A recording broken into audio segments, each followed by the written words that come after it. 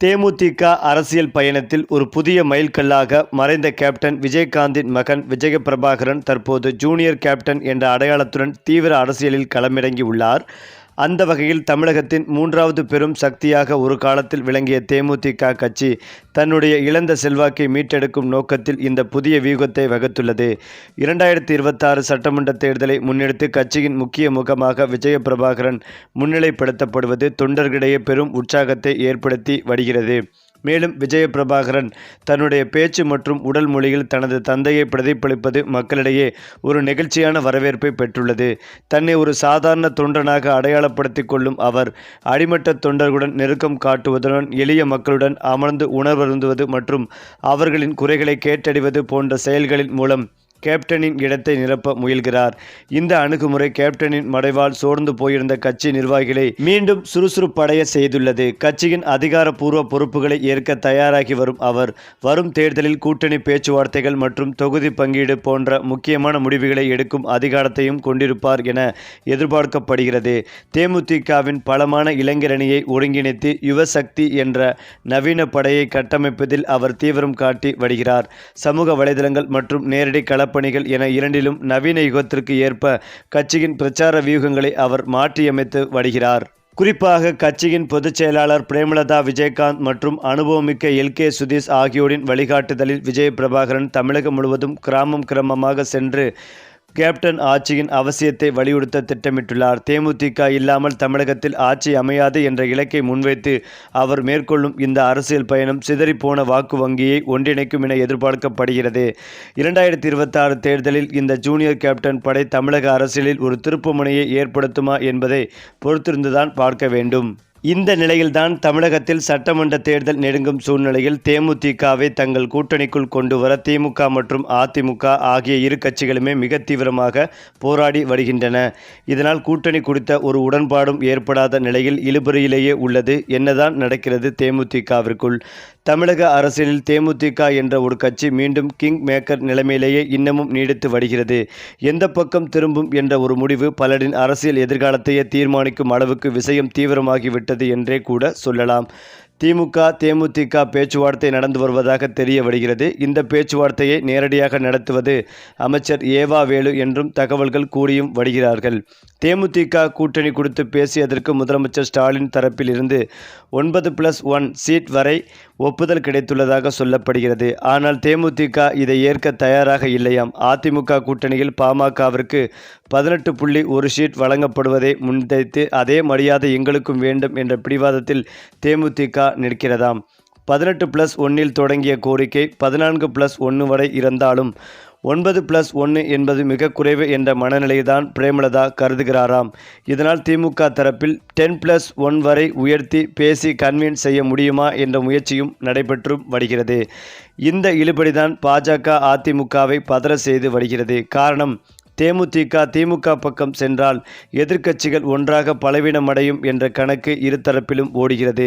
அதனால்தான் காலையில் திமுக அமைச்சர் பேசினால் மாலையில் அதிமுக தரப்பில் எஸ்.பி. வேலுமணி பேச்சுவார்த்தை நடத்தும் நிலை உருவாகி உள்ளதாம். வட மாவட்டங்களில் தேமுதிகவிற்கும் ஓட்டு வங்கி உள்ளதால் பாமக போல தேமுதிகவும் வந்தால் வெற்றி நிச்சயம் என்று எடப்பாடி பழனிசாமி தரப்பு தீவிரமாக முயற்சிப்பதாக தெரிய வருகிறது. எனவேதான் எஸ்.பி. வேலுமணி மூலமாக பேச்சுவார்த்தைகள் நடக்கிறதாம். தேமுதிக எந்த பக்கம் சாய்கிறதோ அதை பொறுத்தே வட மாவட்டங்களில் வெற்றியின் திசை மாறும் என்று அதிமுக கணிப்பதால் இந்த போட்டி பலமாக இருக்கிறது. இன்னொரு பக்கம் தேமுதிக எந்த கூட்டணிக்கு வந்தாலும் சில தொகுதிகள் சென்டிமெண்ட் அடிப்படையில் கேட்கப்படும் என்பது திமுகவிற்கு பெரிய தலைவலியாக மாறி உள்ளது. அதாவது விருதாச்சலம், ரிஷிவந்தயம் இந்த 2 தொகுதியும் விஜயகாந்தின் அரசியல் வரலாற்றோடு நேரடியாக இணைந்தவை என்பதால் தேமுதிக திமுக கூட்டணிக்கு வந்தால் இந்த 2இல் ஒன்றையாவது அல்லது 2ஐயும் கேட்கும் வாய்ப்புகள் அதிகம் என்கிறார்கள். இதுதான் திமுக கூட்டணிக்குள்ளே பதட்டத்தை லேசாக ஏற்படுத்தி உள்ளது. ஏனென்றால் விருதாச்சலத்தில் காங்கிரஸ் எம்எல்ஏ ராதாகிருஷ்ணன், ரிஷிவந்தியத்தில் திமுக எம்எல்ஏ வசந்தம் கார்த்திகேயன் இருவருமே சீட்டுக்காக காத்திருக்கிறார்களாம். தேமுதிக கூட்டணிக்குள் வந்தால் இதில் சிக்கல் ஏற்படும் என்பதையும் மறைப்பதற்கில்லை. கடந்த தேர்தலில் மிக குறைந்த வாக்கு வித்தியாசத்தில் வெற்றி, கடுமையான உழைப்பு மற்றும் வலுவான உள்ளூர் ஆதரவு என அனைத்தும் ஒருபுறம் இருந்தாலும் தமிழகத்தின் தற்போதைய கூட்டணி அரசியல் என்பது ஒரு சிறிய கையொப்பத்தின் மூலம் ஒட்டுமொத்த தொகுதியவே மாற்றி அமைத்துவிடும் அபாயத்தை கொண்டுள்ளது. இதன் காரணமாக தேமுதிக எடுக்கப் போகும் அந்த இறுதி முடிவு என்பது வெறும் ஒரு கட்சியின் இடங்களை மட்டும் தீர்மானிக்கப் போவதில்லை. மாறாக திமுக, அதிமுக மற்றும் காங்கிரஸ் உள்ளிட்ட பல முக்கிய கட்சிகளின் உட்கட்சிகளை முற்றிலுமாக குலைக்கும் என்று ஒரு சக்தியாக உருவெடுத்துள்ளது. குறிப்பாக இறுதி வாக்காளர் பட்டியல் வெளியாவதற்கு முன்பாக தனது முடிவை அறிவிப்பேன் என்றார் பிரேமலதா. விஜயகாந்த் விதித்துள்ள கெடு பல அரசியல் தலைவர்களின் தூக்கத்தை பறித்துள்ளது. இந்த 2026 சட்டமன்ற தேர்தலை பொறுத்தவரை வெற்றி தோல்விக்கான முடிவுகள் அறிவாலயத்திலோ அல்லது ராயப்பேட்டையிலோ மற்றும் தீர்மானிக்கப்பட போவதில்லை. மாறாக தேமுதிக எடுக்கப் போகும் அந்த ஒற்றை முடிவை சார்ந்தே அவர்களின் வெற்றி தோல்வி முழுமையாக தீர்மானிக்கப்படும் என்று சொல்லப்பட்டு வந்தது. அது மட்டுமில்லாமல் விஜயகாந்த் மறைவுக்கு பிறகு பிரேமலதா விஜயகாந்த் தலைமையில் சந்திக்கும் முதல் சட்டமன்ற தேர்தல் என்பதால் கௌரவமான தொகுதிகளை பெற தேமுதிக முனைப்பு காட்டி வருகிறது. இருந்தாலும் திமுக மற்றும் அதிமுக ஆகிய இரு பிரதான கட்சிகளுமே தேமுதிகவிற்கு ஒற்றை இலக்க இடங்களை மட்டுமே ஒதுக்க திட்டமிட்டுள்ளதாக தகவல்களும் வெளியாகி வருகிறது. தேமுதிக தரப்பை பொறுத்தவரை தங்களுக்கு இரட்டை இலக்க தொகுதிகள் வேண்டும் என்பதில் உறுதியாக இருப்பதாக தெரிகிறது. அது மட்டுமில்லாமல் அதிமுகவுடன் கூட்டணி அமைத்தால் ஒரு ராஜ்யசபா எம்பி பதவிகளையும், ஒருவேளை பாஜக அங்கம் வகிக்கும் கூட்டணியில் இணைந்தால் மத்திய இணையமைச்சர் பதவிகளையும் நிபந்தனைகளாக முன் வைப்பதாக கூறப்படுகிறது. 2011 எதிர்க்கட்சி அந்தஸ்தை பெற்ற தேமுதிக கடந்த 2021 தேர்தலில் வெறும் 0.43% வாக்குகளை மட்டுமே பெற்றதே அந்த கட்சிக்கு அதிக இடங்களை ஒதுக்க பிரதான கட்சிகள் தயங்குவதற்கு காரணமாகவே சொல்லப்பட்டு வருகிறது.